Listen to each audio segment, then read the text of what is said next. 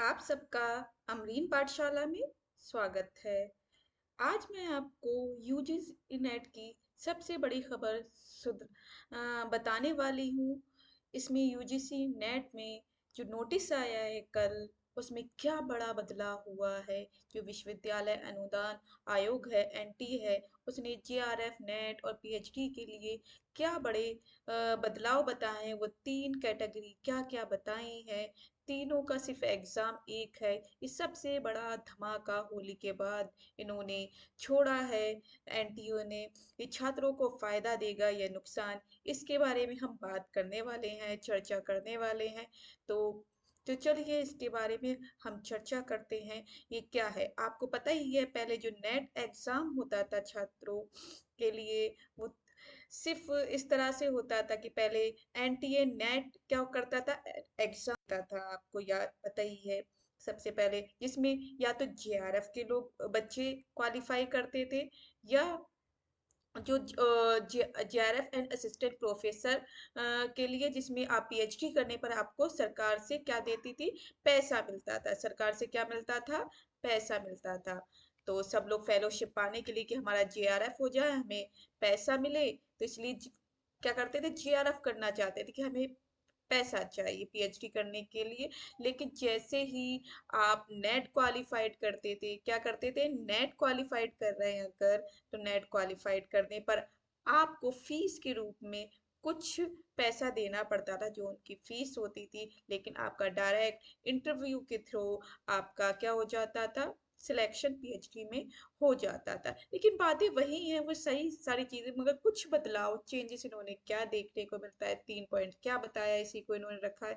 एक जगह पर एक चीज और होती थी, वो क्या था कि कुछ यूनिवर्सिटी क्या करती थी, जेआरएफ और नेट वालों के लिए पीएचडी में एंट्रेंस के लिए वो उन्हें एंट्रेंस देना ही पड़ता था, चाहे उनका नेट है चाहे जेआरएफ। जैसे आप देख सकते हैं, जो यूपी की आपकी इलाहाबाद यूनिवर्सिटी है, तो आपका नेट और जेआरएफ क्वालिफाइड भी है, फिर भी आपको एंट्रेंस देना पड़ता था।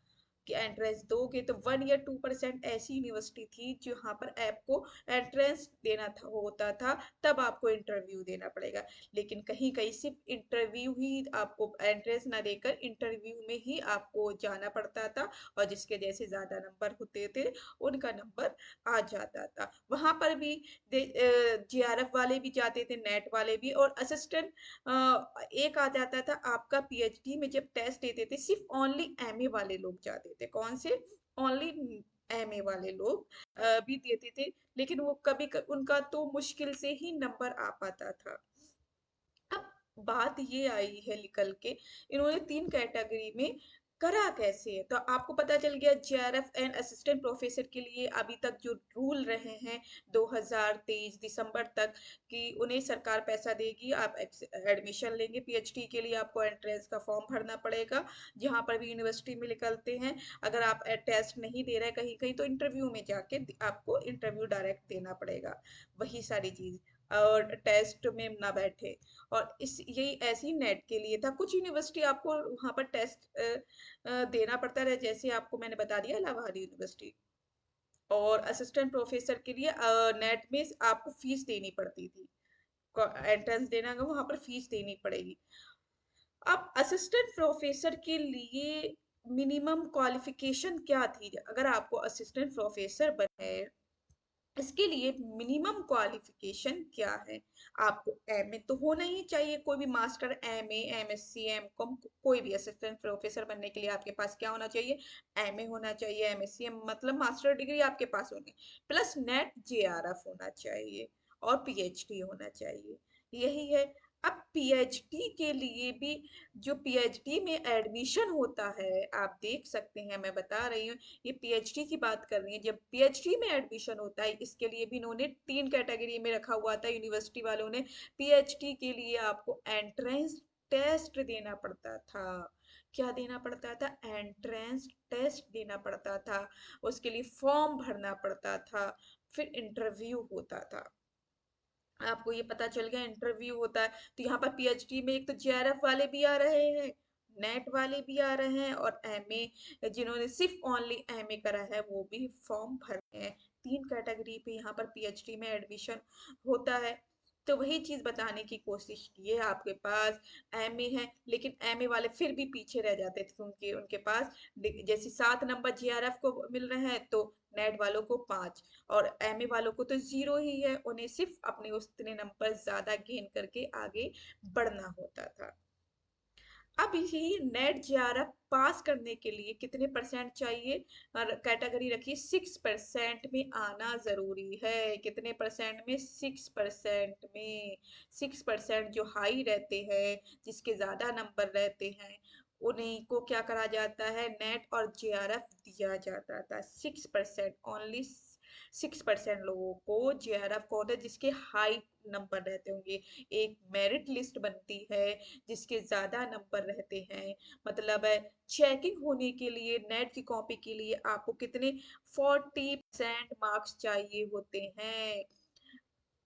कितने? 40% आपको मार्क्स चाहिए होते हैं। कितने? 40%। तो याद रखिए कितने? 40% नेट। नेट की कॉपी चेक होने के लिए 40% मार्क्स चाहिए। कैसे 40? अगर 150 नंबर का आपका मतलब आपका 150 नंबर का क्या है, क्वेश्चन पेपर है, 150 क्वेश्चन है। कितने? 150 क्वेश्चन है। तो इसमें आपको 60 क्वेश्चन मिनिमम होना ही चाहिए। मीन 60 क्वेश्चन आपके सही होंगे, तभी आपकी आगे कॉपी जाएगी, चेक होगी। तो 6 पर दोनों पेपर को मिला के जो आपका 100 नंबर का पेपर 2 और 50 क्वेश्चन का, 100 क्वेश्चन का पेपर 2 और 50 क्वेश्चन का वन, दोनों एक साथ आजकल हो रहे हैं। आपको पता है 2018 से अब यही लागू हो चुका है। तो मीन्स 150 क्वेश्चन में से आपको 60 क्वेश्चन आपके सही होंगे जब आपकी कॉपी चेक होगी। मीन्स 40% मार्क्स आपके होंगे। 40% मार्क्स तो मीन्स 60 मीन्स इसका डबल हो गया, 120 मार्क्स। 2 नंबर का एक क्वेश्चन होता है, और मीन्स 150 क्वेश्चन है, तो 300 नंबर का आपका पेपर हो गया। तो 300 में से 120 नंबर आएंगे, तब आपके कॉपी चेक होगी। अब यहीं से कैटेगरी बन जाएगी। ये 40% में से ही कैटेगरी, इसमें से जितने भी हाईएस्ट नंबर जिसके रहेंगे, जैसे अगर 50,000 लोगों ने फॉर्म भरा हुआ है, तो उसका 40% पहले तो निकालेंगे, उनकी कॉपी चेक होगी। अब उसमें से 6% जितने भी लोगों ने ऊपर कैटेगरी में, टॉप कैटेगरी में आ रहे होंगे, उन्हीं को ही नेट जेआरएफ दिया जाएगा। अब आगे की ये चीजें तो आपको अभी तक सारी चीजें पता थी। आगे चेंजेस क्या हुआ है वो आपको मैं एक बार दिखाने की कोशिश करती हूँ। तो चलिए, वो कोशिश ये है, जैसे ये है, मैंने आपको डाउनलोड नहीं कराई, ये कटिंग न्यूज़पेपर की मैंने आपकी लगा दी है। उसको समझा देती हूँ, क्योंकि जो चीज़ आपके नोटिस में आई है, वही, यस, जो नोटिस में आपकी चीजें आई हैं उसके बारे में बताना है। मैं इसे अपने आप को ऊपर थोड़ा कर देती हूँ, जिससे आपको ये सारी चीजें मैं पढ़ के बता पाऊँ। यस। तो सबसे पहले हम ये बात कर लेते हैं, ये मैंने यहाँ पर रख दिया कि यहाँ पर लिखा है इन्होंने, यस, क्या लिखा है, अब नेट स्कोर से मिलेगा पीएचडी में दाखिला। तो ये है कि अब नेट स्कोर से ही आपको पीएचडी में दाखिला मिलेगा। मीन्स अब आपको पीएचडी के लिए अलग एंट्रेंस देने की जरूरत नहीं होगी। यूजीसी ने नियमों में किया बदलाव, अलग अलग विवि की नहीं देनी होगी परीक्षा, अलग अलग विश्वविद्यालय की नहीं देनी होगी आपको। कोई भी परीक्षा आपका वहीं पर ही अब लिखा हुआ आएगा। तो नई दिल्ली में दिखा है, पीएचडी कार्यक्रम में दाखिले के लिए अब उम्मीदवारों को अलग अलग विश्वविद्यालयों की प्रवेश परीक्षा नहीं देनी होगी। शैक्षणिक सत्र जो आएगा, आने वाला सत्र 2024-25 में राष्ट्रीय पात्रता परीक्षा नेट के स्कोर के आधार पर पीएचडी में भी दाखिला मिलेगा। पीएचडी में क्या मिलेगा? दाखिला मिलेगा। नेट क्वालिफाइड जून 2024, जो कमिंग सेशन है हमारा जून वाला 2024 से, अब 3 श्रेणियों के लिए योग्य होंगे। तीन श्रेणियां कौन कौन सी हैं। एक तो net JRF plus PhD entrance देना ही नहीं पड़ेगा, वो भी आपको मिलेगा। नेट जेआरएफ वाला कि आप दोनों ही असिस्टेंट प्रोफेसर के लिए, और जेआरएफ जूनियर फेलोशिप आपको मिलेगी। जेआरएफ का आपको मतलब ही पता है। फिर नेट वाला वही। फिर थर्ड जो आई है तो वो only PhD entrance means PhD में आपको दाखला मिल सकता है, उसके लिए क्वालिफाई कर गए उसके बाद अब डायरेक्ट आपको इंटरव्यू देना होगा। ये चीज बताने की कोशिश की गई है यहाँ पर। तो आप तीन श्रेणियों के लिए योग्य होंगे। यूजीसी काउंसलिंग की बैठक में, जो यूजीसी नेट की काउंसलिंग हुई है, बैठक जो हुई है, राष्ट्रीय शिक्षा नीति एनईपी 2020 के तहत पीएचडी दाखिले के लिए नए नियमों को मंजूरी दी है। नए नियम के तहत नेट परसेंटाइल के आधार पर तीन श्रेणियों में लाभ मिलेगा। जो परसेंटाइल में अगर आता है या परसेंटेज में मिलता है, उसमें तीन श्रेणियों में आपको लाभ मिलेगा। जिन उम्मीदवारों का नेट परसेंटाइल अधिक होगा वह श्रेणी वन में होगा, मीन जिसके ज्यादा नंबर होगा तो श्रेणी मत भी जूनियर रिसर्च फेलोशिप में आएगा। जेआरएफ तो आपको सबको ही पता है, नेट श्रेणी वन में हमेशा जेआरएफ रहता है।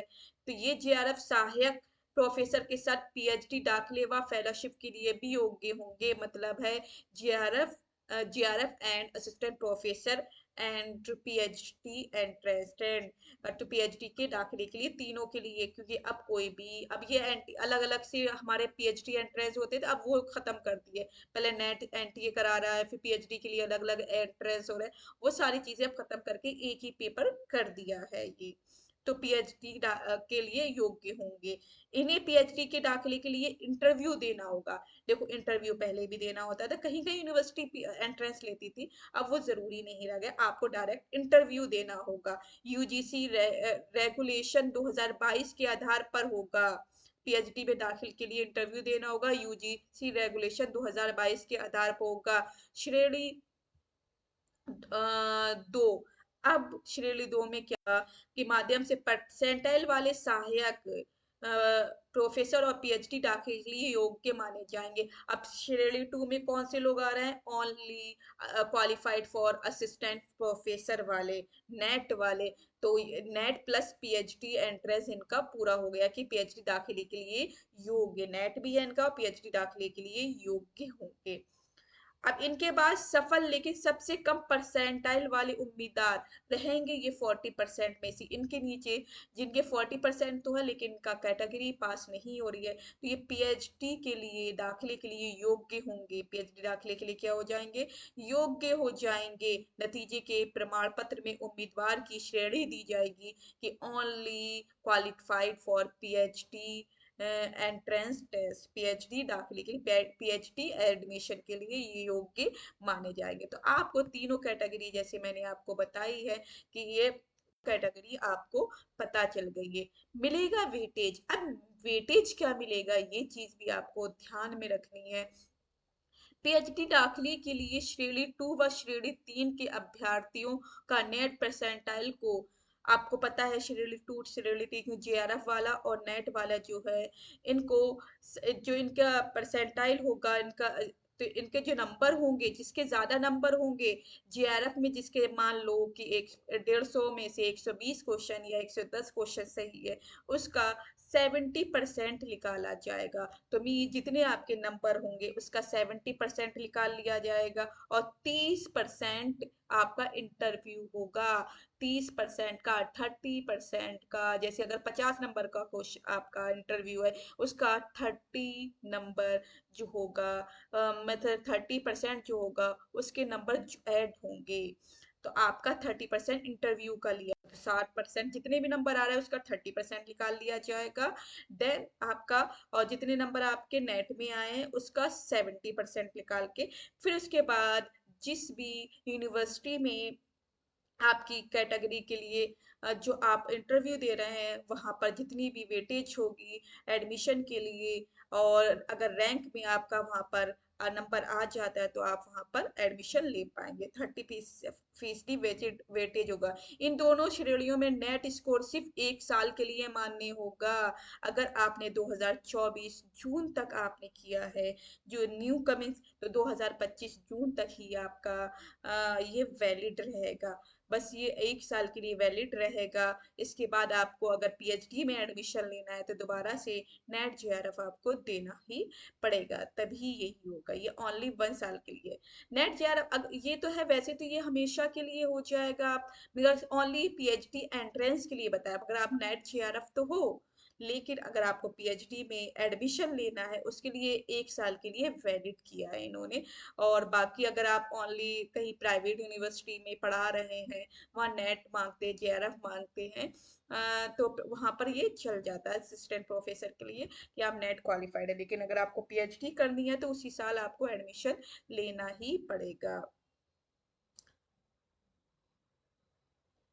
यदि इस अवधि में पीएचडी कार्यक्रम में दाखिला नहीं ले पाते तो उन्हें इसका लाभ नहीं मिलेगा। अभ्यर्थी को फिर से नेट पास करना होगा, जैसे मैंने आपको बताया था। यही छोटी सी हमारी न्यूज़ है जो मैंने आपको बताई है कि किस तरह से आपका ये एडमिशन होता है। यस, तो ये सारी चीज़ें आपको पता चल गई हो। ये है ये तो आशा है ये चीज़ आपको समझ में आई होगी, किस तरह का ये हमारा ये है कि यूजीसी का बड़ा बदलाव क्या आया है। ये आपको साथियों पता चल गया है कि हमारा विश्वविद्यालय अनुदान आयोग जेआरएफ नेट पीएचडी में किस तरह से ये तीनों का सिर्फ एग्जाम कैसे एक हो गया, तो पीएचडी का भी यही एग्जाम है और 1 ईयर के लिए ये वैलिड है। तो आशा है ये आपको वीडियो पसंद आ रहा होगा। इसी तरह हम नेक्स्ट वीडियो में मिलेंगे, ऐसी अपडेट हम आपको देते रहेंगे। और आपको पता है मैं आपको हिंदी साहित्य की तैयारी करवाती हूँ और आपको मेरे चैनल पे ये सारी चीज़ें अवेलेबल है, तो आप जाके ये मेरे चैनल पर देख सकते हैं। और अब हम दूसरी वीडियो में ऐसे ही मिलते रहेंगे, अपडेट देते रहेंगे, और आपको वीडियो हमारे जितनी भी है मैं डालती रहूंगी। टॉपिक्स पढ़ रही हैं, कहानी, नाटक, उपन्यास, इन सब की वीडियो पड़ी हुई है, आप प्लेलिस्ट में जाके देखिए। और मैं डाल रही हूँ रिकॉर्ड करके आपको, अभी लाइव तो आ नहीं रही हूँ लेकिन आपको रिकॉर्डेड वीडियो वहाँ पर मिल रही है। और जो हिंदी साहित्य से है वो हमारे चैनल को सब्सक्राइब करिए, जिससे आप लोगों को जो भी वीडियो अपलोड हो वो टाइमली मिल जाए।